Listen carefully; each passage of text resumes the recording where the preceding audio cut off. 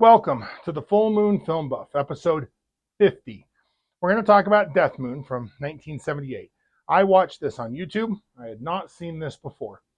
As always, let's start by talking about the prominent crew and cast. This film was directed by Bruce Kessler, written by Jay Benson and George Schneck, with the effects makeup by Robert Don and Michael Westmore. Bruce Kessler's first career was as a professional race car driver, beginning when he was 16 years old.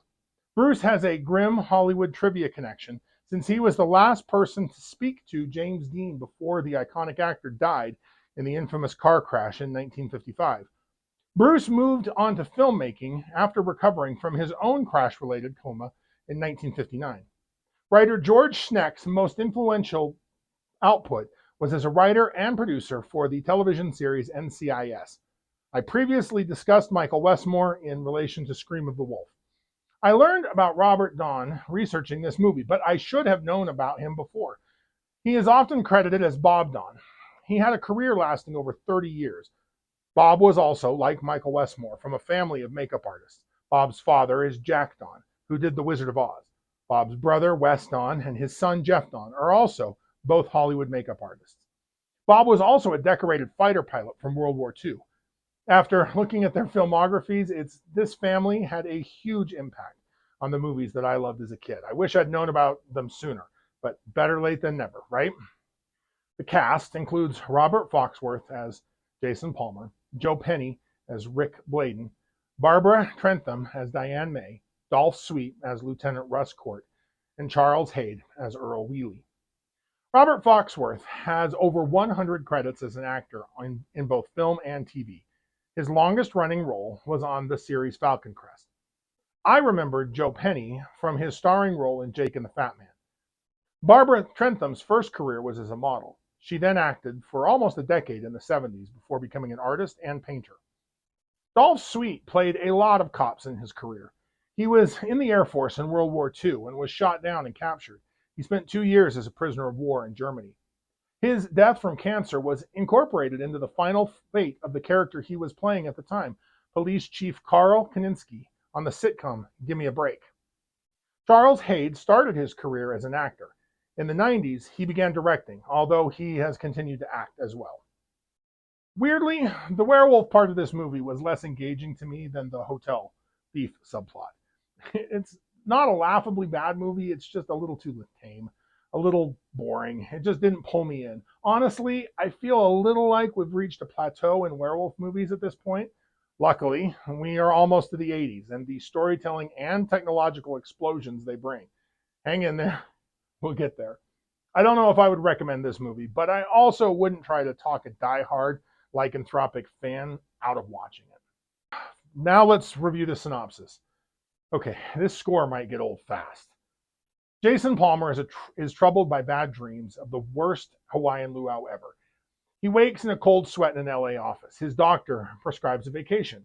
Despite the bad dream's location, he chooses to go to Hawaii and wear the tightest swim trunks not called a Speedo. He flirts with stewardesses. Rick, who's the resort detective, investigates a break-in at the house cleaning hut. Jason falls asleep at the pool. A woman stands over him, staring creepily, or maybe it's his dream. I can't tell. The resort takes the break-in seriously, doubling security rounds. Jason falls asleep again, this is my kind of vacation, and has more bad dreams. Jason also can't help himself and starts hustling real estate deals with fellow resort patrons. Seriously, he talks to one guy wearing a suit in Hawaii. Jason finally hits on a beautiful blonde he's been keeping an eye on. Her name is Diane May. She's here for a business convention. We get 2 very 70s musical interludes. Jason and Diane hit it off. Then the full moon comes out and Jason gets distracted.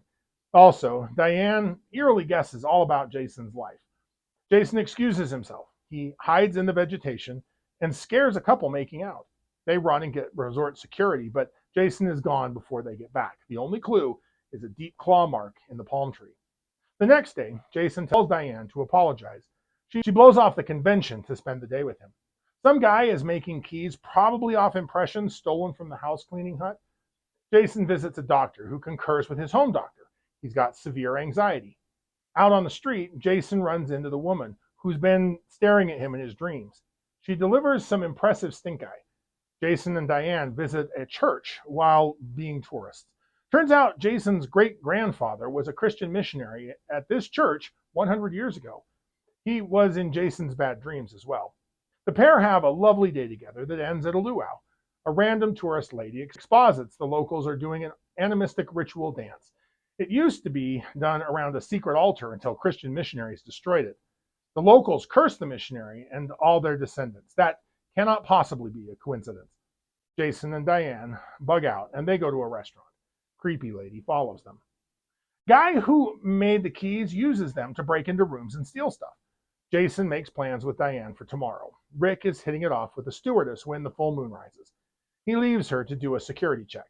A werewolf kills the stewardess, which brings in an actual cop to investigate, much to Rick's bother. Jason is still having the bad dreams.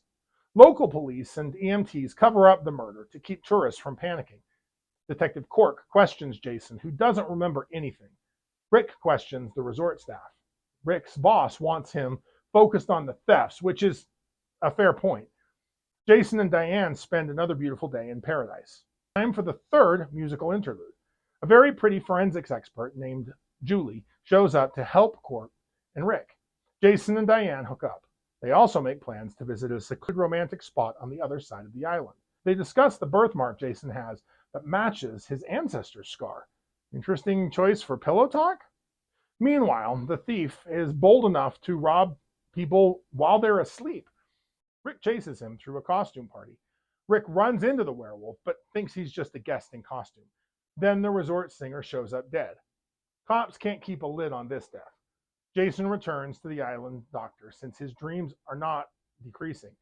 Doc takes some blood for a test. Forensic scientist finds canine hair on the victims.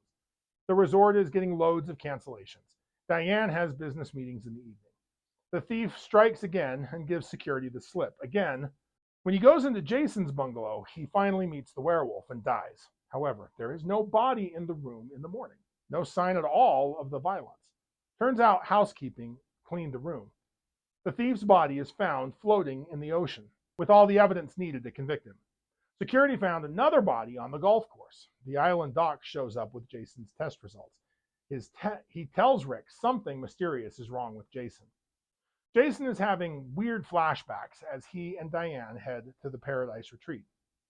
Rick tracks down the creepy woman for info on the murders. Rick is unintentionally insulting, comparing her powers to astrology and Scientology. She spills all the deets on the curse Jason suffers from. Just in case you haven't put that together, Jason's great-grandfather broke up a pagan polytheistic cult and was cursed. Jason carries that curse. Rick cannot convince Court that Jason is a werewolf, so Rick heads out to find Jason himself. Jason and Diane discuss keeping their relationship going once they return to the mainland. The next full moon comes out and Jason runs. He tries to lock himself away. Diane hears him transforming. Rick finds the pair. Diane sees Jason in all his werewolf glory. Rick saves Diane and shoots Jason. Jason staggers back to the ritual cave where he finds the broken altar. Rick shoots Jason a couple more times, and he dies on the altar, ending the curse. Moving on to the transformation. I feel like a broken record at this point. We only see Jason transform on screen twice, once into the werewolf and once back into his human form where he dies. And they're the same old set of dissolves. The makeup job is serviceable, nothing too bad, but it's not great either. I was slightly surprised given the caliber of the two makeup artists working on the movie. It was early in their careers, and it doesn't look like they had a lot of budget to work with. As far as werewolf lore, we've seen this before, just in a different place. It's not gypsies cursing our tragic hero, it's Hawaiians. Other than that, it's basic. Jason transforms under the full moon. He can't remember what he does while he's a werewolf.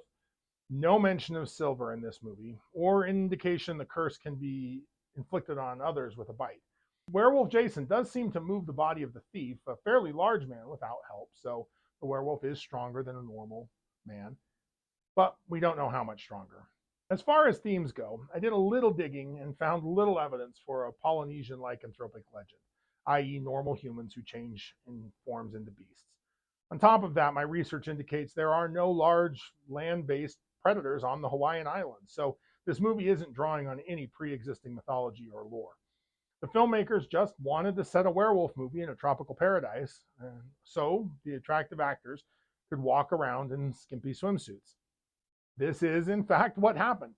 The credits make sure to let you know that the film was shot on location in Kauai, Hawaii, sorry for the pronunciation, at the Coco Palms Hotel. I dug up a lot of movies that were shot at this resort, including Blue Hawaii, starring Elvis Presley. The resort was closed after being hit by a hurricane sometime in the 90s. So, if you like lycanthropes, like, share, and subscribe. Contribute your thoughts and additional observations in the comments below. Let me know what I missed, what you noticed. Next, I plan on discussing Wolfman from 1979. Keep your eye on the moon, a silver bullet in the chamber, and we'll see you back here next episode.